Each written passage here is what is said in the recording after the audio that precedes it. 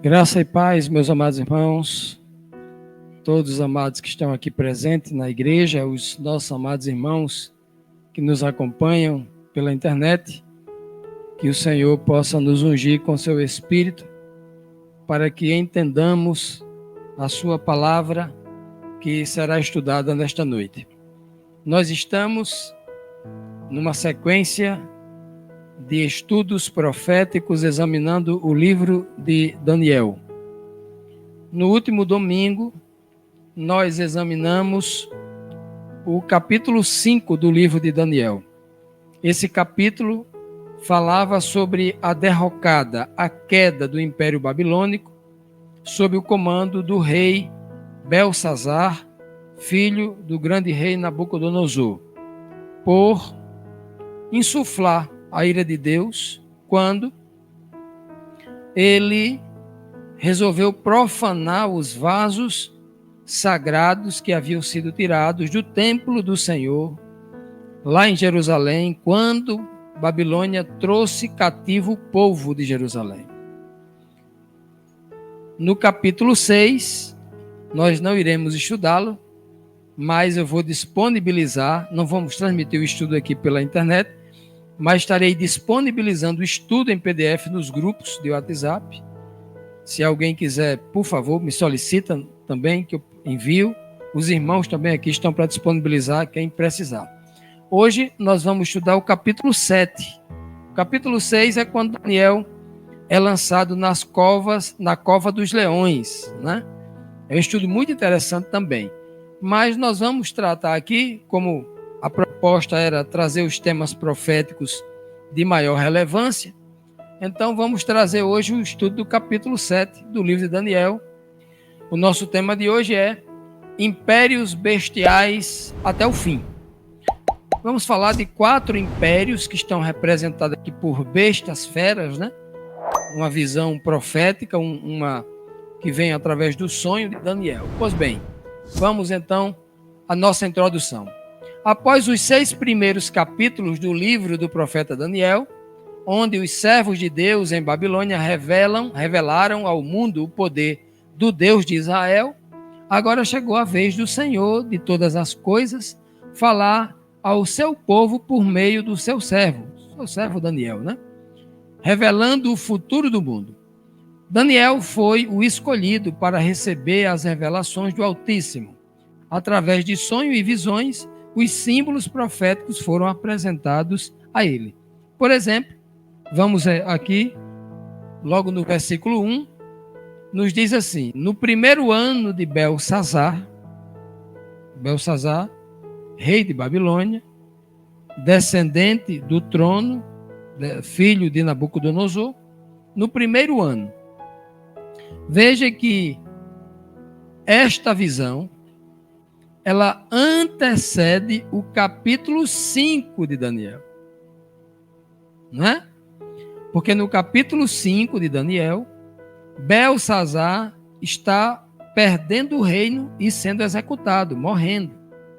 Mas aqui, olha, está no capítulo 7, e a visão que Daniel teve é no primeiro ano ainda do rei Belsazar. Por que eu estou dizendo isso? Para que você não entenda que o livro de Daniel foi sendo escrito e construído numa ordem cronológica. Esse é um detalhe importante. Então, logo no primeiro ano de Belsazar, rei da Babilônia, teve Daniel um sonho. E dentro do sonho havia o quê? Visões, como em todo sonho, né? Visões. Diante dos seus olhos, quando estava dormindo no seu leito. Escreveu logo o sonho. Assim que ele acordou, escreveu logo o sonho e relatou a suma de todas aquelas coisas que ele havia visto. Então, é isso que a gente vai tratar agora no capítulo 7, desse sonho que Daniel teve. Quais as premissas do sonho do profeta Daniel, ainda no reino da Babilônia, né?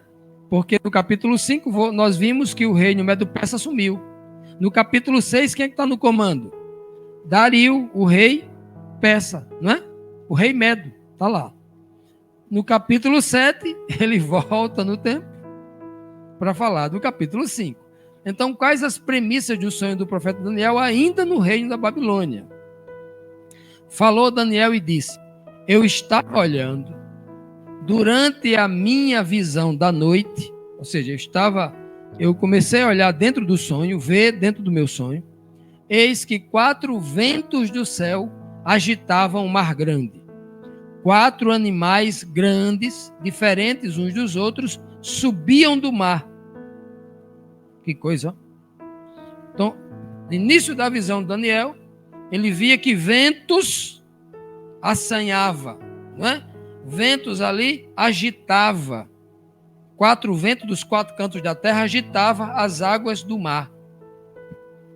E ele viu também ali que esses eram de dentro do mar, de dentro das águas do mar, subiam 4 animais grandes, diferente um do outro, nem era igual, né? E eles subiam ali do mar. No livro de Daniel, nós não vamos encontrar, por exemplo, sendo dito a ele o que é mar, não é? Não é dito a Daniel. Mas nós encontramos o significado dessas águas dos mares no livro de Apocalipse, capítulo 17, versículo 15.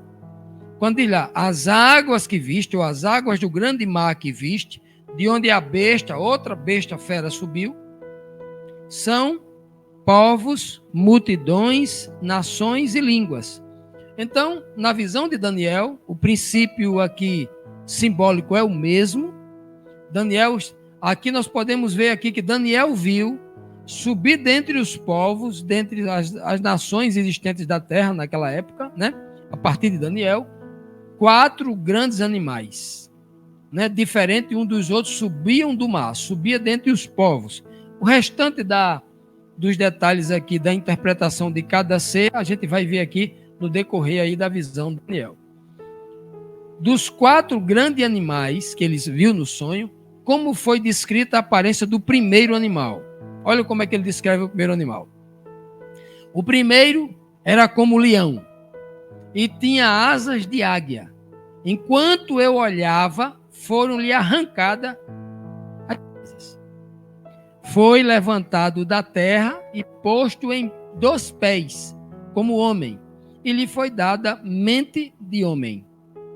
Então, veja aqui, no texto claro aqui, está nos apresentando claramente que o primeiro animal, ele teria a aparência de um leão. Um leão com 2 asas, um leão alado, né? Não existe isso. Veja que é uma tipologia aqui, é um simbolismo. Essas 2 asas arrancadas desse leão, e foi colocado esse leão em pé, como se fosse um homem, como se fosse um homem, né? Sobre os seus 2 pés. E foi-lhe dada uma mente humana. Como assim? Ele era um animal e foi-lhe dada uma mente humana. Ou seja, um animal havia se tornado num ser racional. Essa é a visão que foi exatamente trazida nesse império, para esse império de Babilônia, né? Então, nesse império de Babilônia, por exemplo, era um reino completamente humano, um reino completamente de criaturas, né, como todos os são, mas dentro deste reino a presença espiritual de Deus esteve lá, durante o reino da Babilônia. Quem estava lá? Daniel. Ali havia um homem que tinha uma mente cheia do Espírito Santo de Deus, que resolvia enigmas e questões que a mente humana jamais imaginaria como seria aquilo tudo, né? Pois bem, como então era a aparência do segundo animal? Ele falou que era 4 grandes e diferentes, né? A do segundo era como? Ele disse, continuei olhando, e eis o segundo animal, semelhante a um urso, o qual se levantou sobre um dos seus lados, né? Na boca, entre os seus dentes, trazia 3 costelas, e lhe diziam, alguém dizia para eles, né? Para o urso, levanta-te e devora muita carne. Essa é a aparência do segundo animal. Uma besta fera, um urso, né? Com 3 costelas na boca, se levantou em um dos seus lados, em um dos lados, né? São 2 lados, a gente vai entender por que já já. Agora, o terceiro animal, como era a sua aparência? Depois disto, continuei olhando, e eis aqui outro animal, semelhante a um leopardo. Ele tinha nas costas 4 asas de ave. Tinha também este animal 4 cabeças, e foi-lhe dado domínio. Esse é o terceiro animal que Daniel viu aí na sua visão. Quão estranha era a aparência do quarto animal lá do sonho de Daniel. Aqui a gente viu que o primeiro parecia um leão, nós conhecemos um leão. O segundo tinha aparência de urso, nós conhecemos um urso, nós sabemos identificar um urso. O terceiro tinha aparência de um leopardo, né? Nós também sabemos identificar um leopardo. Agora, o quarto tinha uma aparência estranha. Como era essa aparência? Depois disto, eu continuei olhando, ou continuava olhando nas visões da noite, e eis aqui o quarto animal. Era terrível, espantoso e sobremodo forte, o qual tinha grandes dentes de ferro. Ele devorava e fazia em pedaços e pisava aos pés o que sobejava. Era diferente de todos os animais que apareceram antes dele, e ele tinha 10 chifres. Que coisa estranha, né? Veja que mais uma vez aqui era um animal estranho, diferente de tudo. Veja que Daniel nunca tinha visto um animal desse e ele não poderia comparar nada. Era algo diferente. Era um animal, mas era algo diferente. Primeiro, nenhum animal na natureza tem dente de ferro. É impossível que qualquer animal da natureza tenha dente de ferro. É impossível. Tanto os chifres como os dentes dos animais, né, é feito, obviamente, é similarmente feito de cálcio, né? Os chifres geralmente de queratina, mas de ferro não. Não existe isso.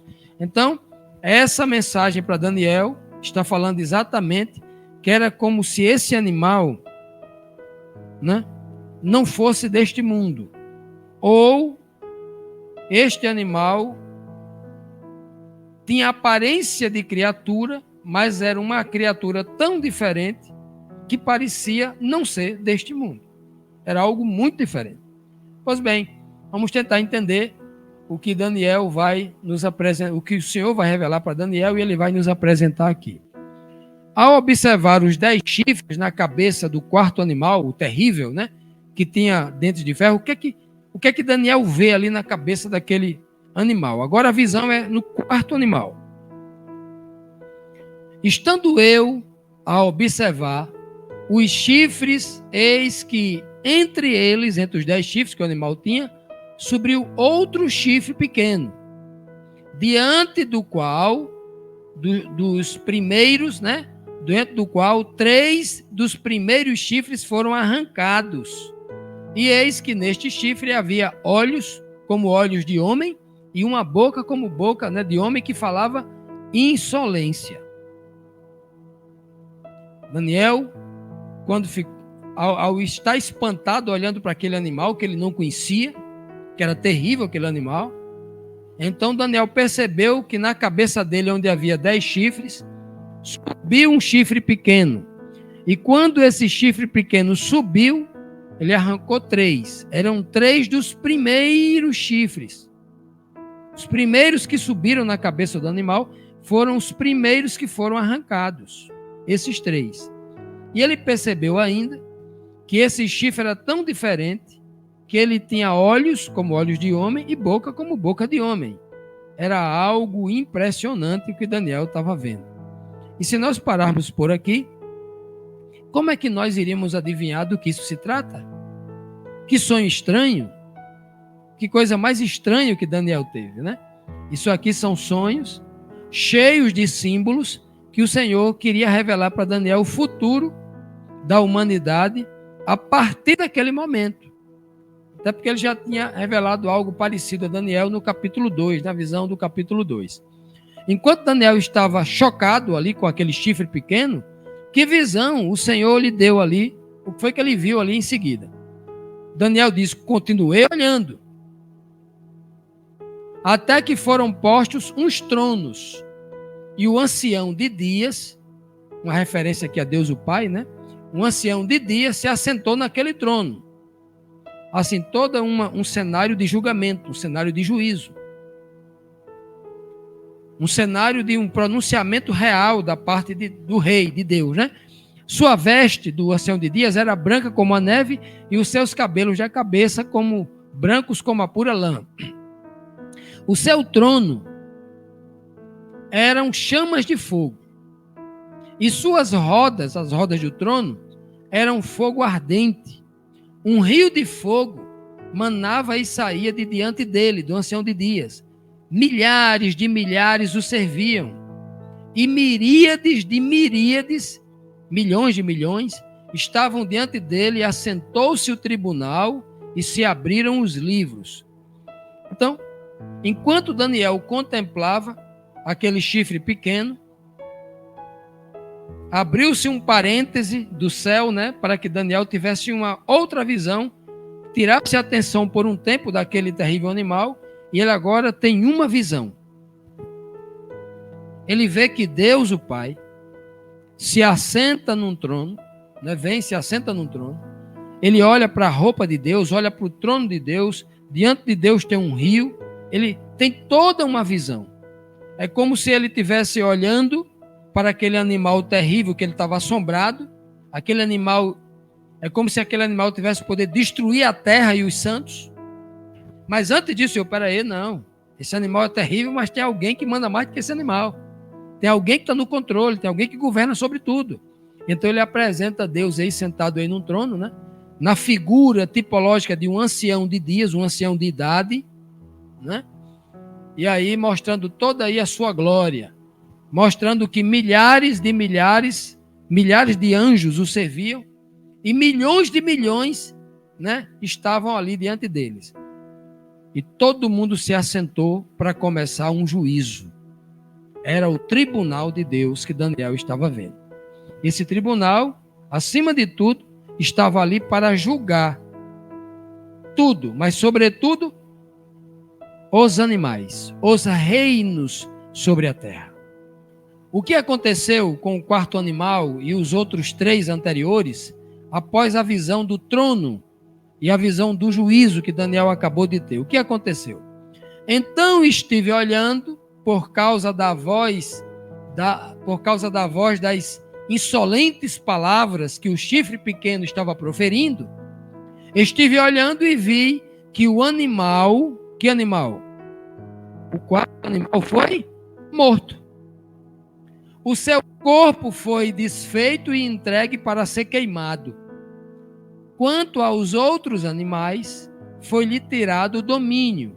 Todavia, foi-lhe dada prolongação de vida por um prazo e por um certo tempo, né? Então veja que Daniel estava vendo o animal, a visão dele é atraída por um momento para o juízo de Deus, a glória de Deus ali, e em seguida ele volta a visão para o animal e vê agora, né? Daniel volta a visão para o animal porque ficou preocupado e meio perturbado ali com as palavras que o chifre pequeno estava dizendo. Eram palavras insolentes, eram palavras contra Deus, contra o céu, contra o ancião de dias e contra os santos desse ancião de dias. Então Daniel, depois da visão do juízo, volta novamente a visão para o animal e percebe que esse animal é morto. Ele é morto e é queimado. Não é isso? E ele diz ainda, olha, esses outros animais aí, a geração desses animais, vão permanecer por um pouco de tempo e, obviamente, também desaparecerão. Pois bem, depois da visão do juízo, como o Senhor finalizou a visão que ele deu a Daniel, o seu servo? Como foi que ele finalizou lá? Disse Daniel, eu estava olhando nas minhas visões da noite, e eis que vinha com as nuvens do céu, como o filho do... Olha, na visão anterior, ele viu o ancião de dia, o Pai, sentado no trono. Agora, ele vê retornando na terra, para a terra, na nuvem dos céus, que parecia o filho do homem. E esse filho do homem se dirigiu a quem? ao ancião de dias. Jesus Cristo se dirige a Deus, o Pai. E o fizeram chegar, e os anjos, os milhões que se viam diante de Deus, né? Abriram ali um corredor para que Cristo chegasse até Deus, o Pai. O fizeram chegar até Deus, o Pai. Diz aqui, ó. E foi dado a este filho do homem, o Pai, o ancião de dias, dá ao filho do homem, o domínio, dado o domínio, o poder de dominar sobre tudo. Deu a ele glória, o reino, para que os povos da terra, as nações da terra e os homens da terra de todas as línguas servissem ao filho. O seu domínio do filho é domínio eterno. Não é o reino passageiro como os outros. É um reino que não passará. E o seu reino jamais será destruído. Pois bem, vamos agora então, aqui ele finaliza aqui o sonho. Daniel contou para a gente aqui o sonho, a visão que ele teve.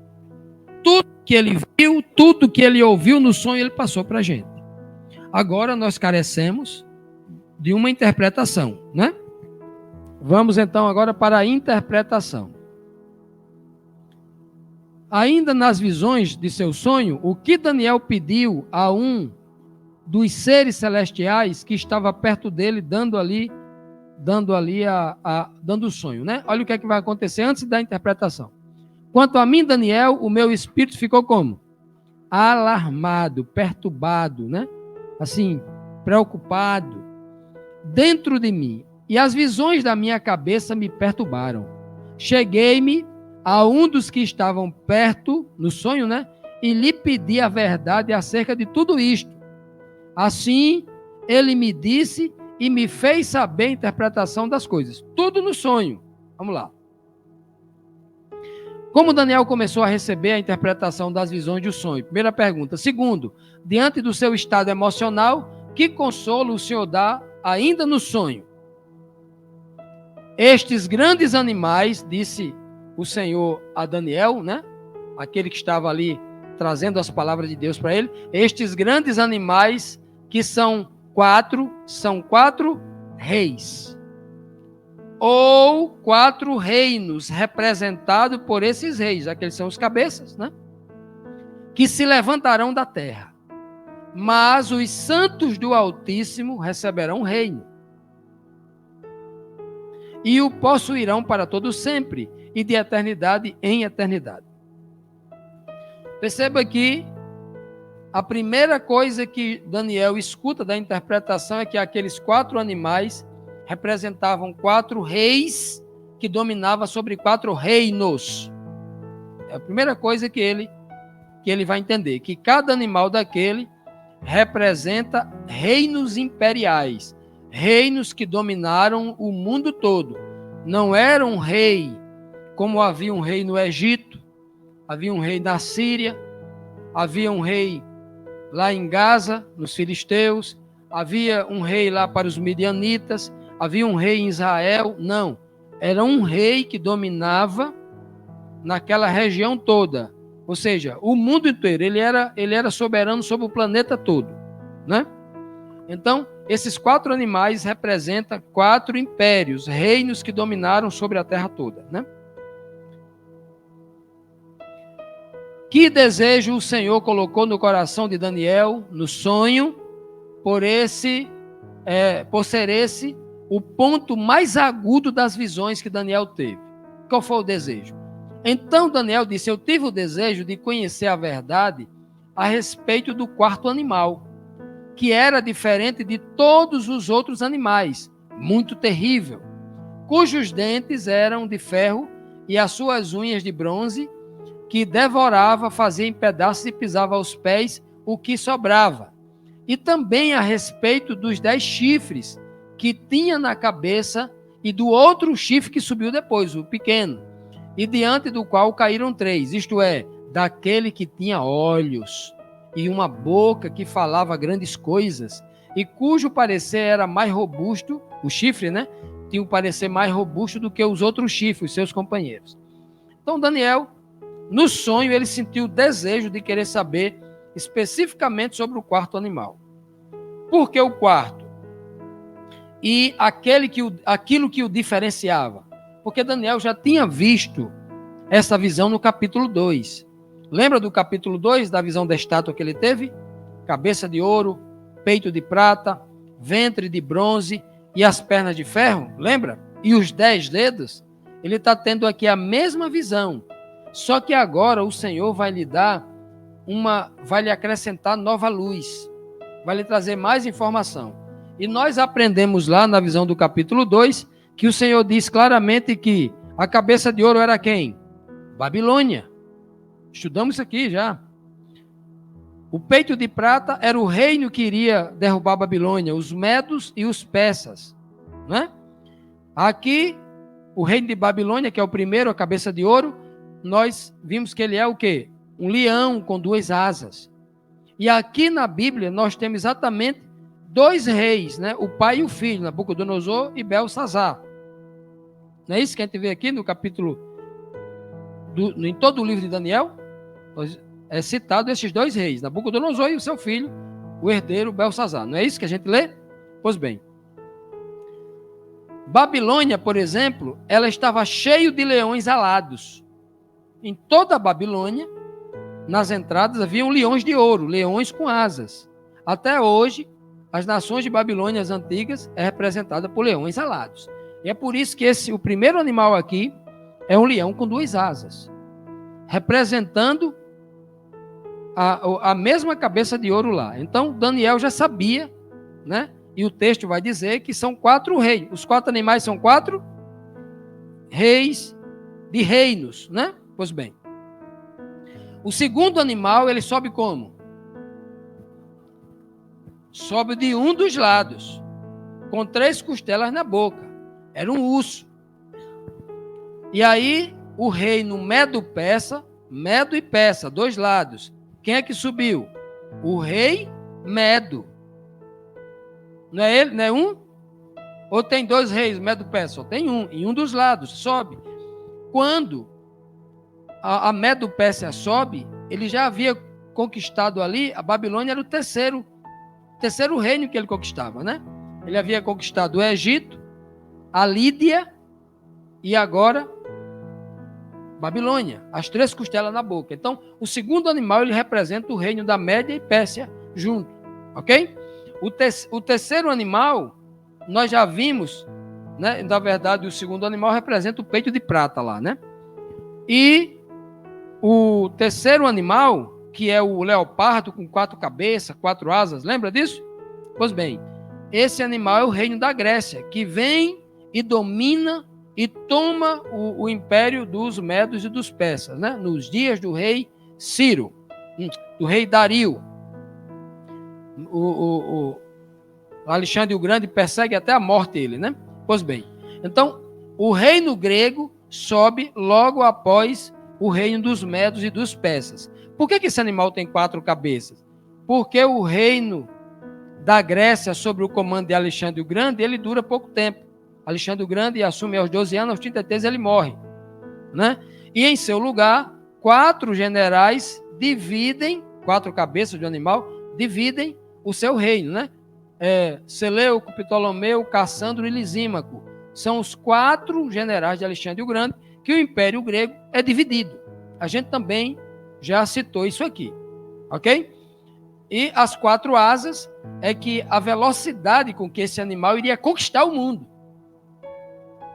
foi 2 vezes mais rápido do que Nabucodonosor, a conquista que Alexandre o Grande, né, fez para com o mundo.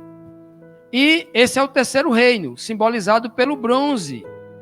E agora chegou o ferro. O ferro lá na estátua era o reino de Roma, o quarto império de Roma. Agora, o 4º animal terrível também se aplica a Roma, que é o 4º reino. Daniel queria saber mais detalhes sobre esse quarto reino e saber mais detalhes sobre esse chifre pequeno que iria subir no Império Romano. Ok? É isso que ele quer saber. Vamos ver, então, que resposta o senhor vai dar. Preste atenção, que eu trouxe aqui algo muito importante na linha do tempo aqui. Criamos aqui uma linha do tempo. 168 a.C., está aqui, ó. 168 a.C. é quando o Império Romano se levanta. É aqui, ó, 168 a.C.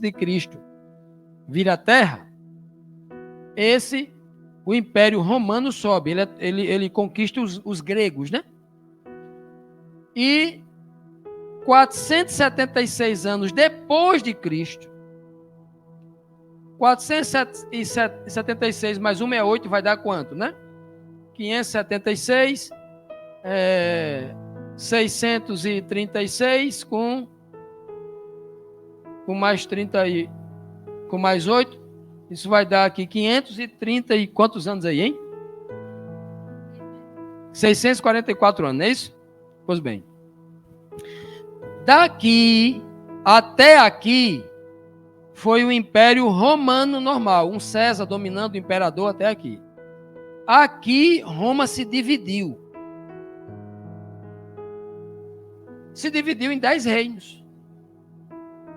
Como o Senhor disse, só tinha 4 impérios. A partir daí não vai ter mais império mundial, certo?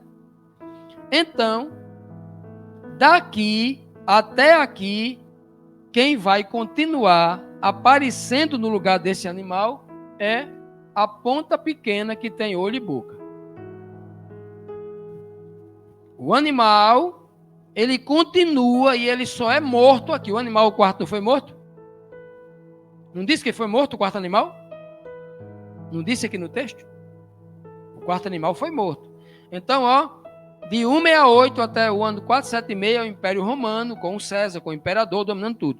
A partir daqui do ano 476 até aqui, nós temos até o ano 1798, com a Revolução Francesa aqui, o general Berthier de Napoleão Bonaparte invade o Vaticano, domina tudo, leva o Papa Pio VI em cativeiro e ele morre em cativeiro. Nesta data aqui, todos os poderes temporais do papado, ou do papismo, ou da Igreja Católica Apostólica Romana são tirados.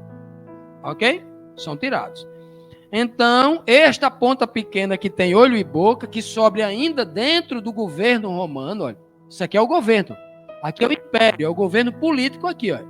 Agora, essa ponta pequena aqui, ela está dentro do governo. Quem é que sobe dentro do governo, tendo olho e boca, com capacidade de comandar as pessoas do reino?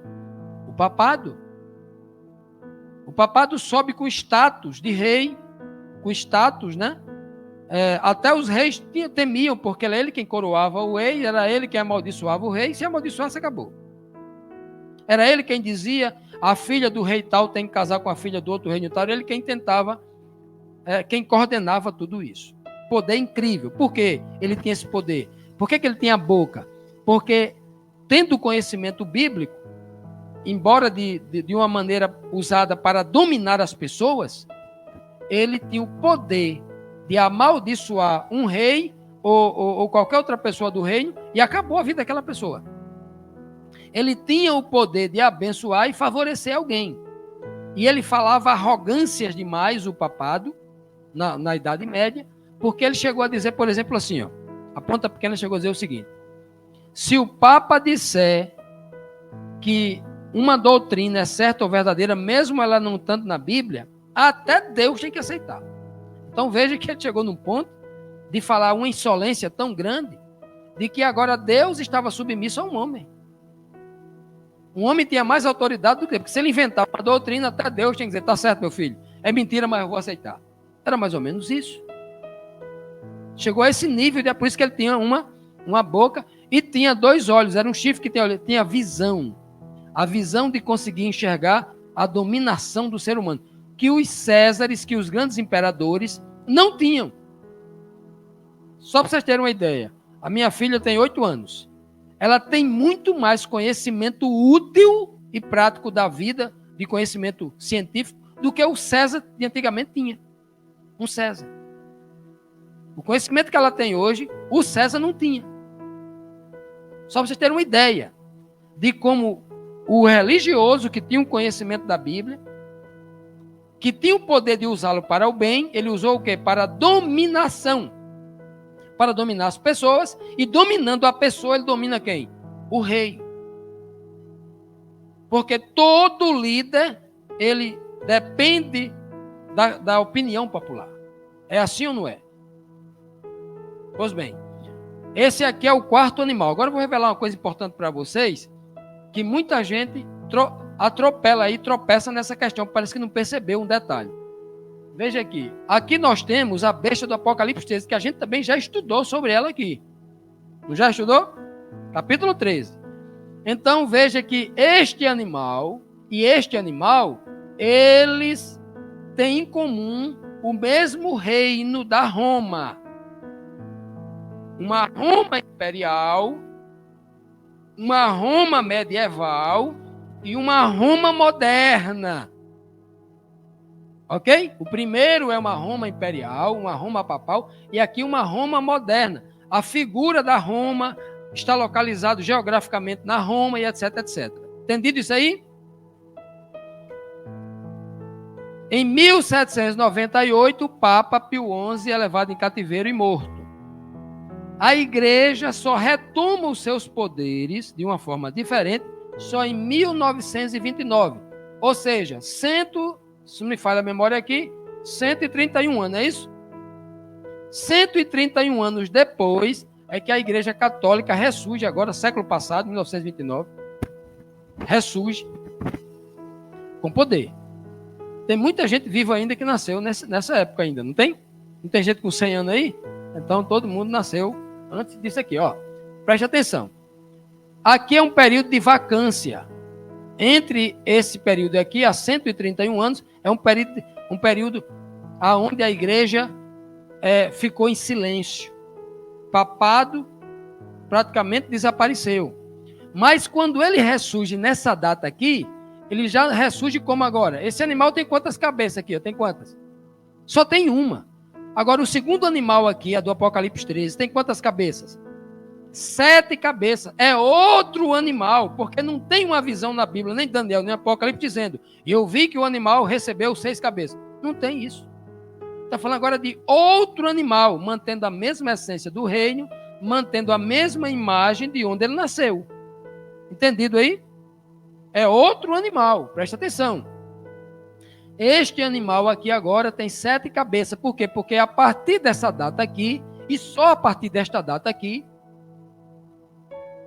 está dito claramente que o Vaticano recebeu 44 hectares de terra para se tornar o país do Vaticano, e a partir dali os papas passaram a ser reis.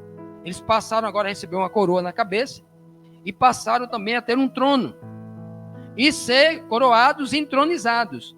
O Papa agora já não era, até aqui, eles eram bispos de Roma, eram homens religiosos.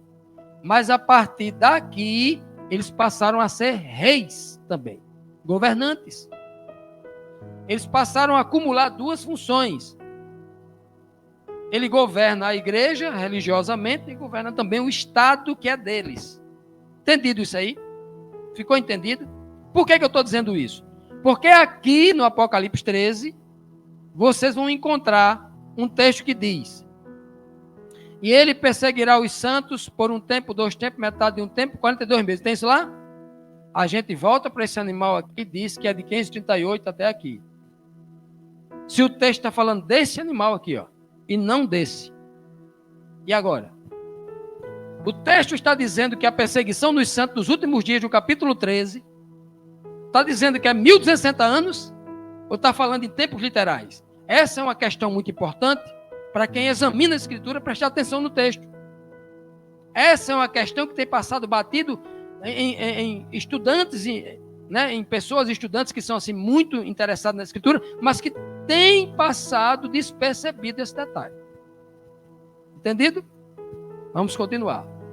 Durante este período aqui, que começa em 1929, nós não sabemos até que ponto este animal aqui, do Apocalipse 13, ele vai ser ressuscitado por este animal, a segunda besta. Vai ganhar um fôlego, a imagem do que está morto, e então, até o fim, quando eles serão julgados e definitivamente eliminados. Essas datas não coloquei porque a gente não sabe. Entendido aí? Vamos continuar. O que Daniel viu quando se deteve em observar o chifre pequeno? Ele viu o quê? Eu olhava e eis que este chifre fazia guerra contra os santos e prevaleceu contra eles, até que veio o ancião de dias e fez justiça aos santos do Altíssimo. E chegou o tempo em que os santos possuíram o reino. Então ele viu que esse chifre aí iria perseguir os santos. O chifre está onde? Na Idade Média, que ele está no primeiro animal, Daniel. A igreja medieval matou tantos santos. Cruzadas, inquisições, perseguições diretas. O rei Clovis, ou o rei Clodovil, que era o rei Franco, emprestou exércitos ao Papa para matar cristãos desafetos dele, né? O rei Teodorico, o rei Ariano também emprestou exércitos ao Papa, deu exército ao Papa para, no seu serviço, matar muita gente. Como muitos outros governantes fez isso. Foram muitas mortes. As inquisições, só para você ter uma ideia, já mais recentemente, agora em 1700, na noite de São Bartolomeu, foram não sei quantas mil pessoas, não estou lembrado da quantidade de 1.000 pessoas que foram mortas só na Espanha, numa noite. Eu não estou lembrado se foi 2 milhões de pessoas. Não estou lembrado a quantidade, mas foi muita gente numa noite. 2 milhões ou foi 2.000 pessoas, não estou exagerando aqui, eu não tenho os números exatos agora. Mas foram muita gente morta numa noite só. Era mortandade terrível, esse poder foi terrível.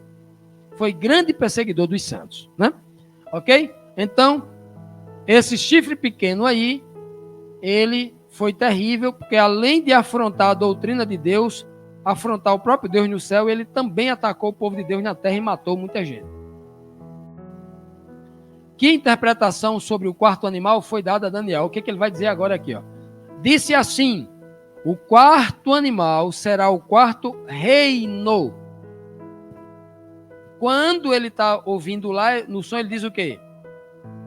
São 4 reis, não é isso? Aqui ele dá a interpretação mais ampla, é o quarto reino, e não rei, porque o rei ali é o representante do reino. Esse quarto animal é o quarto reino na terra, o qual será diferente de todos os outros reinos, e ele devorará a terra. Os dentes de ferro era para isso. Devorará no sentido de explorar as pessoas da terra, de tirar a esperança do coração da terra, do povo da terra, de tirar a Bíblia do povo da terra. Ele devorará a terra e pisará os pés e fará em pedaços. Isso é o quarto animal. Já vou comentar sobre o chifre. Aqui está o Império Romano no ano 117 depois de Cristo, né? 17 anos depois do Apocalipse, vamos colocar assim.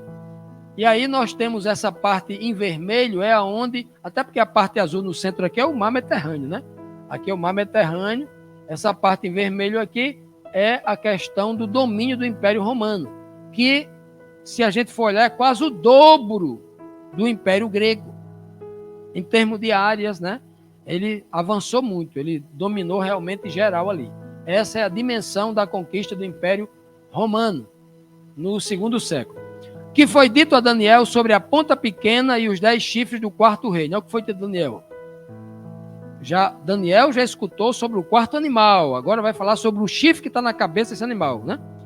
Aí disse a Daniel: e quanto aos 10 chifres do animal, daquele mesmo reino, ou seja, deixa bem claro, ó, os 10 chifres pertencem àquele reino. Os 10 chifres estão ligados àquele reino, o quarto reino, a Roma. Quanto aos 10 nações, chifre aí quer dizer nações, né? Ou 10 reinados, submisso ao imperador. Quanto às 10 nações, se levantarão o quê? 10 reis. E depois dele se levantará outro rei, que é o pequeno, da ponta pequena, né? O papado, né? Outro, ele será diferente dos primeiros. Por que é diferente? Porque todos os 10 chifres tinha um rei. Um rei tinha um trono numa cidade que ele dominava politicamente. O Papa não. O Papa era uma espécie de reino diferente, porque ele estava em Roma, mas a partir de Roma, ele influenciava os cristãos católicos que estavam distribuídos em todas essas nações, dentro e fora do Império Romano, né? Mas principalmente dentro do Império Romano. Então esse reino que era diferente de todos os primeiros, ele abaterá a 3 reis por ódio do papado. 3 nações que compunham as 10 nações do Império Romano foram destruídos pelas perseguições insufladas pelo papado. Os ostrogodos, os visigodos e os érulos. Essas 3 nações foram praticamente dizimadas por perseguição vinda do papado. Eu quero trazer aqui uma relação dos 10 chifres aqui, os nomes de cada um deles aqui. Ó. A origem desses povos: os ângulos, os burgundos, os francos, os germanos, os érulos, que foi destruído, né? A nação inteira não foi destruída, não. O império foi derrubado completamente, né? Mas ficaram pessoas vivas ainda, né? Descendência. Os érulos, os lombardos, os ostrogodos, os suevos, os vândalos e os visigodos.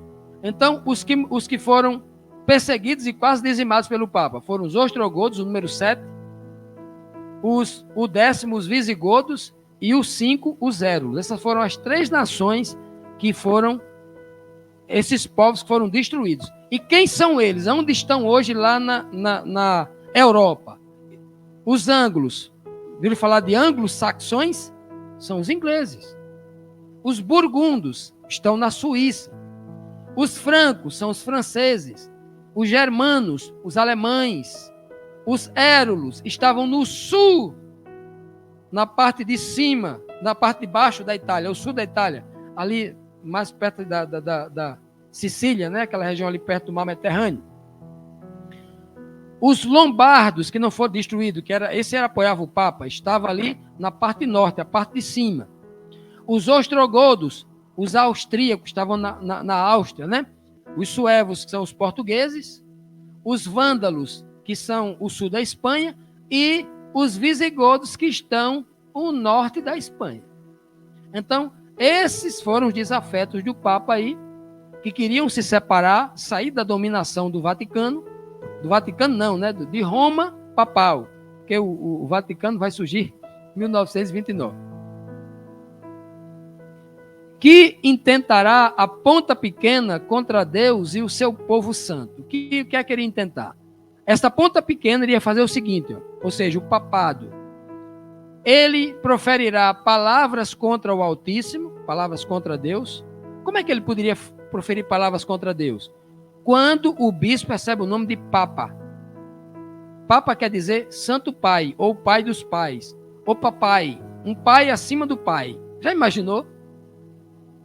Então, você abrir a boca e chamar alguém de Papa, né? Por causa disso, a gente começou a chamar os nossos pais de papai, não é assim que os meninos chamam? Papai, né? Alguém maior do que Deus. Então, ele proferiu palavras contra o Altíssimo, quando disse aquela insolência, né? Se o Papa decidir sobre uma doutrina, até Deus aceitou. Ele é a autoridade máxima aqui na terra, até e do céu também. Ele destruirá os santos do Altíssimo. Milhões, incontáveis foi a quantidade de cristãos destruídos pelas perseguições da igreja. Criou desafeto, não quis se submeter às insolências do Vaticano, de Roma papal, da igreja romana, era morte certa. E ele cuidaria em mudar os tempos e a lei. Então ele muda o calendário, ele muda todas as questões das festas, do tempo, porque o tempo para as escrituras sagradas no Antigo Testamento estava vinculado, marcado por festas especiais. Então ele começa a mudar. O ano começa no dia 1º de abril, aproximadamente, né? Aí disseram o dia da mentira, porque disseram assim, começa em abril, não, a Bíblia está mentindo, né? Daí surge a ideia, o dia da mentira. Começa ali final de março e abril. No antigo calendário. Ele muda para começar 1º de janeiro. O deus Juno dele lá, o deus pagão romano, Juno, né? Janeiro. Janeiro. E aí ele muda também a lei, as escrituras sagradas. Ele começa a acrescentar, a tirar um bocado de coisa. Sobretudo a lei de Deus, o decálogo. 1º mandamento. Ele muda o 1º mandamento. Bota lá no catecismo, ele cria o catecismo, uma escritura paralela à Bíblia, e bota lá no catecismo: não terás outros deuses diante de mim. Ele copia exatamente como está na Bíblia, só que ele amputou o mandamento. O mandamento não é no versículo 3. Não terás outro Deus diante de mim. Está no versículo 2. Eu e Yahvé, diz lá. Eu e Yahvé. Yahvé é Deus o Pai. Eu e Yahvé tirei vocês da servidão do Egito. Não terás outro Deus diante de mim. Então ele está dizendo, mim ali é a pessoa do Pai. Ele criou o catecismo e criou uma trindade, dizendo que agora não é mais Deus o Pai, não é um Deus sozinho não. Tem que ser 3 deuses numa só divindade. Aí começou a filosofar. 3 em 1. Contra as leis da matemática, a lei da física, todas as leis do universo ele foi contra. E ele começou a criar. Ele muda a lei. Segundo mandamento, não farás imagem de escultura. Ora, como é que ele ia lutar contra Roma? Tem imagem de escultura em cada canto? Roma tinha um Deus para cada dia do ano, em Roma. E ele estava em plena harmonia com o imperador César, porque César patrocinava a igreja. Como é que ele ia contra os costumes? O costume pagão de Roma. Aí foi se unindo, né? O secularismo com a fé cristã, e eles foram se apostatando ali, e o santo e o profano começaram a andar juntos, aí misturou tudo, virou Babilônia, né? Mudou o 3º mandamento, mudou o 4º mandamento. O 4º disse assim, ó, lembra-te do dia do sábado para o santificar. Aí o Papa disse, observai domingos e festas. Não é o que está na Bíblia, mas isso é o que está no catecismo. Não mudou os mandamentos, mas dentro da pregação divindade, o que é que eles dizem? Não terás, ó Deus, diante de mim, minha quem? É uma trindade, não mais Yahvé, né? E as igrejas evangélicas seguiram Roma do mesmo jeito, nesse ponto aí, e em outros pontos, né? Pois bem, a maioria delas, das igrejas evangélicas, são romanas e nem sabem, né? Ou seja, irmãos honestos que estão nas igrejas evangélicas são romanos e nem sabem, porque não teve a coragem de ainda investigar a palavra de Deus. Então ele muda a lei. A ponta pequena ela é terrível, porque ela agride não só os céus, mas ela não só ela procede levianamente, verticalmente, mas ela também procede horizontalmente. Ela persegue os santos de Deus para matar. Ok? O texto diz que eles serão entregues, os santos seriam entregues na mão dessa ponta pequena, por um tempo, e tempos e metade de um tempo. Mas o juízo será estabelecido, e eles tirarão o seu domínio para o destruir e para o desfazer até o fim. Então veja que na visão de Daniel, um tempo, 2 tempos e metade de um tempo, vai do ano 538 até o ano 1698, uma aplicação tipológica para o princípio de ano. Mas Apocalipse 13 se refere a um outro reino, a partir de 29, que também fala lá, um tempo, 2 tempos, metade de um tempo, né? Etc. Então cuidado para não misturar as coisas. Como será o fim dos chifres e do povo santo do Altíssimo? Como ficou Daniel, então, ao final da visão? E o reino e o domínio e a majestade dos reinos debaixo de todo o céu serão dados ao povo dos santos. Apesar desse 4º animal ser terrível, apesar dessa ponta pequena ameaçar os santos na terra, mas o reino será dado aos santos do povo do Altíssimo, né? O seu reino será um reino eterno, e todos os domínios da terra o servirão a este reino e lhe obedecerão. Aqui terminou o assunto, disse Daniel. Quanto a mim, Daniel, né, os meus pensamentos muito ficaram perturbados, e mudou-se em mim o meu semblante. O meu rosto foi de tristeza, de preocupação ou de perplexidade com tudo aquilo. Mas eu guardei o assunto no meu coração. É por isso que está vindo agora no capítulo 7, porque ele teve a visão lá nos dias de Belsazar, e só aí está colocando agora esta visão do capítulo 7. Bom, meus amados, a visão dos 4 animais, descrita no livro de Daniel, capítulo 7, deixou o servo do Senhor muito preocupado, mas essa não seria a única visão das coisas que se sucederiam a partir do reino de Babilônia. Em seguida, Daniel teve uma outra visão, uma nova visão de um carneiro e de um bode, cujo significado foi passado pelo anjo Gabriel. Mas essa lição é que nós veremos no próximo domingo. 2 animais e 3 chifres. Essa é a visão do próximo domingo. Não perca. Muito interessante esse assunto aí do próximo domingo. Que o Senhor nos abençoe, que o Senhor nos tome em nossas mãos, em suas mãos, e nos conduza para compreendermos a sua palavra. Entender que Ele está no controle de tudo. Embora tenham surgido os reinos poderosos, que tenham pisado e sobejado e tenham matado alguns santos, é Ele que está no controle de tudo. É Ele que tem o poder de dar a vida eterna ou de dar a condenação eterna. Amém.